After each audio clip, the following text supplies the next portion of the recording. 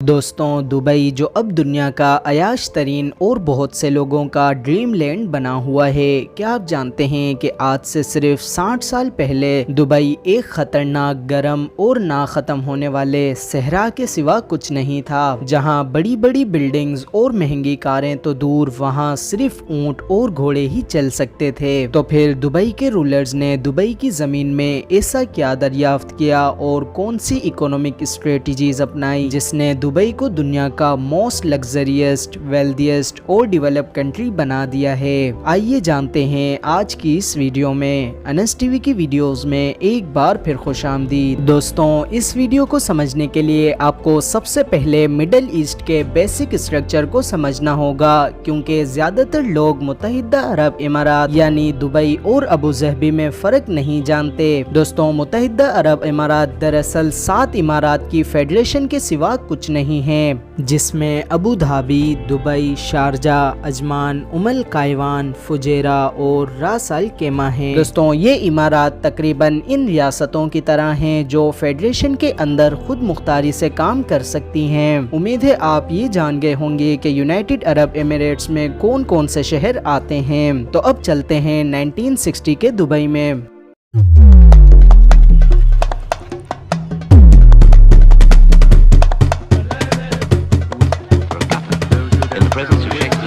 دوستوں، یہ بات ہے 1960 کی، جب متحدہ عرب امارات تشکیل نہیں ہوئی تھی اور دبئی صرف ماہی گیروں کا ایک شہر ہوا کرتا تھا۔ یہ وہ وقت تھا جب 1960 میں کچھ انوکھا ہوا اور دبئی کے رہنے والوں نے دبئی کی زمین کے نیچے سے بہت سارا تیل دریافت کیا، اور پھر انہیں احساس ہوا کہ وہ عملی طور پر تیل کے اوپر رہتے تھے۔ اور دوستوں، جیسے ہی تیل کی قیمتوں میں اضافہ ہوا تو پھر دبئی میں اربوں ڈالر کی بارش ہونے لگی۔ دوستوں، اب اکثر لوگ یہ پوچھیں گے کہ اس کا مطلب کیا ہے کہ اگر آپ تیل کے ذخائر جیسی اہم چیز کسی بھی ملک یا کسی لیڈر کو دے دیں تو کیا وہ ملک امیر اور طاقتور ہو جائے گا؟ تو دوستوں، اس سوال کا سیدھا سا جواب ہے نہیں، کیونکہ اگر آپ دنیا بھر میں تیل کے ذخائر پر نظر ڈالیں تو آپ دیکھیں گے کہ متحدہ عرب امارات دنیا میں تیل کا صرف 7واں بڑا ذخیرہ ہے۔ دراصل تیل کا سب سے بڑا ذخیرہ وینیزویلا میں ہے، لیکن دوستوں، وینیزویلا میں دنیا کا سب سے زیادہ افراط زر ہے، اور دوستوں، وینیزویلا کی معیشت بہت زیادہ ویک ہے۔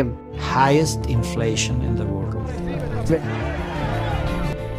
لہٰذا تیل کے ذخائر کا مطلب یہ ہرگز نہیں ہے کہ آپ خوشحال ہوں گے اور ثابت قدم رہیں گے۔ دوستوں، اگر آپ امارات میں تیل کے ذخائر کو دیکھیں تو ہم یہ دیکھیں گے کہ ابوظہبی کے پاس تقریباً 92.2 ملین بیرل تیل ہے، جبکہ دبئی میں صرف 4 بلین بیرل تیل موجود ہے۔ تو دوستوں، ایسا بالکل نہیں ہے کہ دبئی کے پاس پہلے سے ہی بہت زیادہ دولت موجود تھی۔ اور دوستوں، مزے کی بات یہ ہے کہ جب تیل دریافت ہوا تو دبئی کے حکمران شیخ راشد بن شاہد المختوم تھے، اور دوستوں، شیخ راشد نے تیل کے دریافت کے بعد ایک بہت اہم بیان دیا تھا جو آج بھی دبئی میں بہت زیادہ مشہور ہے۔ یہ کہا، میرے پاس اچھی اور بری خبر ہے، ہمیں تیل تو مل گیا ہے لیکن زیادہ مقدار میں نہیں ملا۔ دوستوں، ایک طرف تو انہوں نے تیل بیچ کر بہت زیادہ پیسہ کمانا شروع کر دیا، اور دوسری طرف اس نے دبئی کی اہم طاقت کی نشاندہی کرنا شروع کر دی تھی، کیونکہ شیخ راشد کو یہ معلوم تھا کہ جتنا تیل دبئی کے پاس ہے اس سے دبئی صرف 60 سے 70 سال ہی چل سکتا ہے۔ یہی وجہ ہے کہ شیخ نے جبل علی پورٹ کے نام سے ایک سپر بول پروجیکٹ شروع کیا۔ دوستوں، آج جبل علی پورٹ عمومی میری ٹائم فریز کے بہت سے علاقوں میں بہت سی ضروری لاجسٹک خدمات مہیا کرتی ہیں۔ دوستوں، اب دبئی کے رولر میری ٹائم انڈسٹری کے ساتھ ساتھ دبئی کی معیشت کے لیے دوسرا اہم اثاثہ بنانے کے لیے آگے بڑھے، جسے دبئی میں فری زون کے نام سے جانا جاتا ہے۔ دوستوں، دبئی فری زون آسان الفاظ میں ایک خاص طور پر مختص کردہ علاقہ تھا جہاں پوری دنیا کی کمپنیاں خصوصی مراحت کے ساتھ اپنا کاروبار قائم کر سکتی تھیں۔ ان خصوصی مراحت میں 4 مائنڈ بلوئنگ مراحت شامل ہیں جو دنیا میں کہیں بھی پیش نہیں کی جا رہی تھیں، جن میں پہلے نمبر پر تو یہ تھی کہ اگر آپ دبئی میں اپنا کاروبار قائم کرنا چاہتے ہیں تو آپ کو کسی مقامی کمپنی کے ساتھ تعاون کرنے کی ضرورت نہیں ہے۔ نمبر 2، سرمایہ اور منافع کی